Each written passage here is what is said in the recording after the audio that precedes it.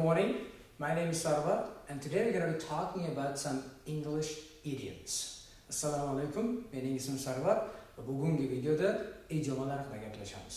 So, savol, idioma nima? What is an idiom? Idiom is an expression that cannot be understood by the meaning of its separate word, but must be learned as a whole expression. And idiomalar bular shunday iboralarki, ular butunlikcha, to'liqlikcha yodlanishi kerak. Ya'ni ularni alohida so'zlarga ajratib tarjima qilib yodlashning iloji yo'q. Agar shunday qilinsa, ularning tarjimasiga juda ham katta ta'sir qilinadi. Xo'p, faktlarga keladigan bo'lsak, bugungi kunga kelib ko'pchilik ingliz tilida suhbatlashuvchi inglizlarning o'zi ham o'zlari bilmagan holatda ingliz tilida idiomalardan foydalanishadi. Va statistikaga olib qarayotgan bo'lsak, bugungi kunga kelib taxminan kamida 25 mingta idiomadan ingliz tilida foydalanilar ekan. Xo'p, endi asosiy maqsadga o'tadigan bo'lsam, bugungi idiomalarni ko'rib chiqamiz. Ya'ni without further ado, let's get down to business. Endi sizlar bilan ingliz tilidagi ayrim idiomalarni ko'rib chiqamiz, ularning ishlatilishi va tarjimalarini analiz qilamiz. Idioms in English.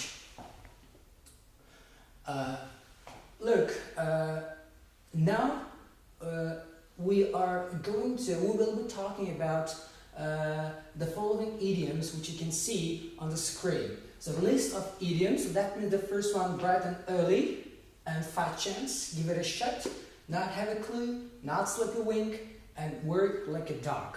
And quyidagi idiomalarni biz birma-bir analiz qilib, tarjimalarini ko'rib, bunga berilgan definitionlarni ko'rib chiqamiz va aytgancha e'tiborli bo'lamiz. Ushbu idiomalarning oxirida biz olgan ilmimizni yanada mustahkamlash uchun qisqacha bir test ham tayyorlab kelganman. Shularni ishlaymiz. Okay, let's go. The first one. So let's look at it. Bright and early. Bright and early nima degani? Agar biz buni hozir alohida tarjimalarga agar bo'lib o'rganadigan bo'lsak, bright, yorug', early, baxiliq degan tarjimalar keladi, lekin bularning o'ziga alohida berilgan definitionlari bo'ladi. Ya'ni meaning early in the morning, saharda, tongda, ertalab degan tarjimani berar ekan. Har bittasiga bittadan misol ko'rib ketamiz. Ya'ni example, our flight to Berlin leaves at 7 a.m. tomorrow, so we'll have to get up bright and early. Demak, tarjimaga o'tadigan bo'lsak, bizning reysimiz, ya'ni Berlinga bo'lgan reysimiz, safarimiz soat 7ga ertaga soat 7ga ertalab uchib ketadi. Shunday ekan, biz ertaga vaqtliq turishimiz kerak degan tarjimani chiqarsak bo'ladi. Va undan keyingi idiomaga o'tadigan bo'lsak, undan keyingi idiomamiz bizning fat chance bo'ladi. And fat chance nima degani? Buni tarjimasi definitely not. Ya'ni biror bir bo'lishi mumkin bo'lgan ishning ehtimolligi juda ham kamligi, ya'ni yo'q, bo'lmaydi degan tarjimalarni berar ekan. Misol uchun, the boys at school are always laughing at Donna. Ya'ni maktabdagi bolalar doim Donnaning ustidan kulishar ekan. Will she be invited to the school dance? Demak, u maktab raqsiga taklif qilinadimi? Fat chance. Albatta yo'q. Ya'ni u taklif qilinmaydi yoki taklif qilishlik ehtimolligi juda ham kam degan tarjimani chiqarsak bo'ladi. Hop, undan keyingisi bizda bo'ladi. Ya'ni undan keyingisi give it a shot. To give a shot degan idiomamiz bor. Ya'ni to try something degan definition bilan keladi. Ya'ni biror narsani urinib ko'rmoq degan tarjimasi bo'ladi. You can't open the jar. Sen u bonkani ocha olmaysanmi? Let me give a shot.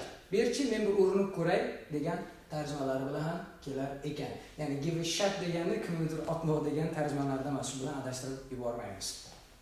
Hop, endi keyingi idiomaga o'tadigan bo'lsak, bizda to not have a clue.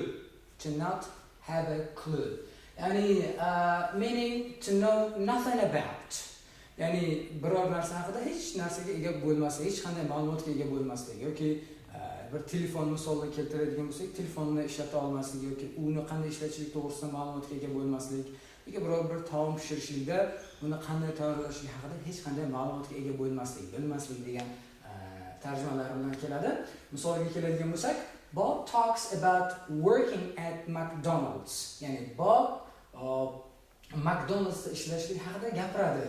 But the truth, ammo haqiqat shundaki, is he doesn't have a clue about making hamburgers. Haqiqat shundaki, u hamburgerlar tayyorlash haqida hech narsani bilmaydi. Keyingi idiomaga o'tadigan bo'lsak, not sleep a wink degan idiomamiz. Not sleep a wink, ya'ni to be awake all night. Ya'ni buni o'zbekchaga tarjima qiladigan bo'lsak, mijja qoqmaslik degan tarjimadan chiqarsak bo'ladi. Ya'ni tuni bilan uxlamasdan chiqishlik degan ma'nolarga to'g'ri keladi. Ya'ni misol keltiradigan bo'lsak, Ted was so nervous about this chemistry test that he didn't sleep a wink the night before. Ted shunchalik asabiylashgan ediki, nima haqida? About his chemistry test, ya'ni o'zining ximiya testidan juda ham xavotirda edi, juda ham asabiylashgan edi.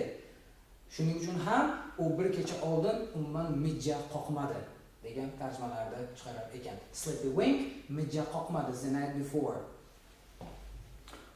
Keyingi idiomamizga o'tadigan bo'lsak, to work like a dog.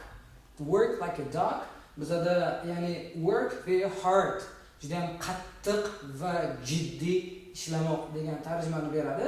Qattiq va jiddiy ishlamoq. Ya'ni bularning misoliga keladigan bo'lsak, John became a banker after college. Ya'ni John kollejdan so'ng, ya'ni kollejni bitirgach, banker bo'lgan ekan. And now he works like a dog. Va hozir esa juda ham qattiq va jiddiy ishlaydi degan tarjimalarni chiqaradi. Ya'ni xuddi shu iboralar kabi, misol uchun biz o'zimizni hayotiy ingliz tili gapirayotgan hayotda ham aniqrog'i ingliz tilidan ko'p foydalanganimizda o'zimiz ham bilmagan holatda ingliz ya'ni idiomalardan foydalanamiz. Misol keltirib aytadigan bo'lsak, it's raining cats and dogs degan bir idiomani oladigan bo'lsak, ingliz tilini bilmaydigan inson, misol uchun yoki ingliz tiliga endi yangi kirib keladiganlar o'ylashligi mumkin. To'xta, osmondan mushuk va it yog'ayaptimi degan tushunchaga kelishadi. Aslida unaqa emas. It is raining cats and dogs, ya'ni bu degani juda ham kuchli va qattiq yomg'ir yog'moq degan tarjimani berishi mumkin ekan. Xo'p, bugungi idiomalarimiz shulardan iborat edi. Endi boya yuqorida aytib o'tganimdek, ushbu idiomalarni ko'rib chiqdik, tarjimalariga qisqacha to'xtaldik. Endi qiladigan ishimiz qani bizlar qanchalik yaxshi eslab qoldik yoki yo'q, shuni tekshirishlik maqsadida qisqacha test ham bor. Shularni endi sizlardan ko'rib chiqamiz. Xo'p, time to practice. Time to practice. So choose the correct answer for the blank. Endi qiladigan ishimiz sizlar bilan bo'ladi. Bizada test berib qo'yilgan A, B, C variantlardan birini tanlaymiz quyidagi gaplarga. Demak aytyapti, Bob was surprised to see his wife. Blah blah blah. And early in the morning. Nima deb o'ylaymiz? Light in the morning, bright and early, light and early, bright and early, or ready and early. Demak, albatta bu yoqda eng to'g'ri javob bright and early. Erta, saharda, tongda degan tarjimalarni berar edi bizada. Lekin sizga to'xtaladigan bo'lsak, last week I worked 80 hours. I really worked like a dog, cat, squirrel. Which one? Qaysi biri? Demak bizada albatta work like a dog degan idiomamiz bor edi. Ya'ni qattiq ishlamoq, qattiq jiddiy ishlamoq degan tarjimalarda kelar edi. Uchinchisiga qaytadigan bo'lsak, I learning all the idioms by heart. Fact, choice, crash or chance.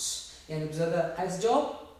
Eng optimal javob bizada, ya'ni chance. Fat chance, ya'ni albatta yo'q degan tarjimalarni berar ekan. I have never eaten sushi. But I will give it a pan, shot or camper. Bizani eng to'g'ri javobimiz shot bo'lar ekan. Give it a shot means to try something. Ya'ni nimadirni bir urinib ko'rmoq, nimadirgalar. Xo'p, Andrew didn't sleep a drink, blank, wink. Qaysi biri bo'lishi mumkin? Demak, bizada eng to'g'ri